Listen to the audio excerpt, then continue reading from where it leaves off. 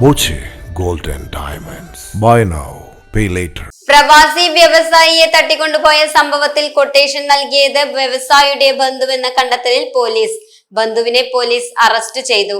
തട്ടിക്കൊണ്ടുപോകലിനിരയായ മുഹമ്മദ് അലിയുടെ പിതാവിന്റെ സഹോദരപുത്രൻ മലപ്പുറം പൂങ്ങോട് വലിയ പീടികയ്ക്കൽ സിയാസിനെ പോലീസ് അറസ്റ്റ് ചെയ്തു.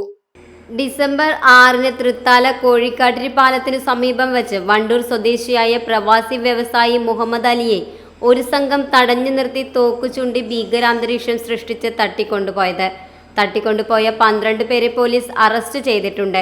അതോടൊപ്പം അന്ന് തന്നെ സിയാസിനെയും പോലീസ് ചോദ്യം ചെയ്ത് വിട്ടയച്ചിരുന്നു. വിശദമായ അന്വേഷണത്തിലാണ് ഇപ്പോൾ സിയാസാണ് കൊട്ടേഷൻ നൽകിയിരിക്കുന്നതെന്ന് കണ്ടെത്തിയത്. ഒരു കാലത്ത് മുഹമ്മദ് അലിയുടെ വിശ്വസ്തനായിരുന്നു സിയാസ്. നെടുമ്പാശ്ശേരി വിമാനത്താവളത്തിലേക്ക് പോകുകയായിരുന്ന മുഹമ്മദ് അലിയുടെ യാത്രാ വിവരം ചോർത്തി നൽകിയതുൾപ്പെടെ സിയാസ് ആണെന്നാണ് കണ്ടെത്തൽ. കോതകുറിശ്ശിയിലുള്ള ആളൊഴിഞ്ഞ വീട്ടിലേക്ക് എത്തിച്ച മുഹമ്മദ് അലി കൊട്ടേഷൻ സംഘാംഗങ്ങൾ ഉറങ്ങിയപ്പോൾ പുലർച്ചെ രക്ഷപ്പെടുകയായിരുന്നു.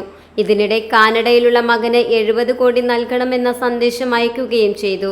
രക്ഷപ്പെട്ടോടുന്നതിനിടെ സമീപത്തെ പള്ളിയിൽ കയറി അവിടെ നിന്ന് ഡിവൈഎസ്പി എൻ മുരളീധരനെത്തിയാണ് രക്ഷിച്ച് ആശുപത്രിയിലെത്തിച്ചത്.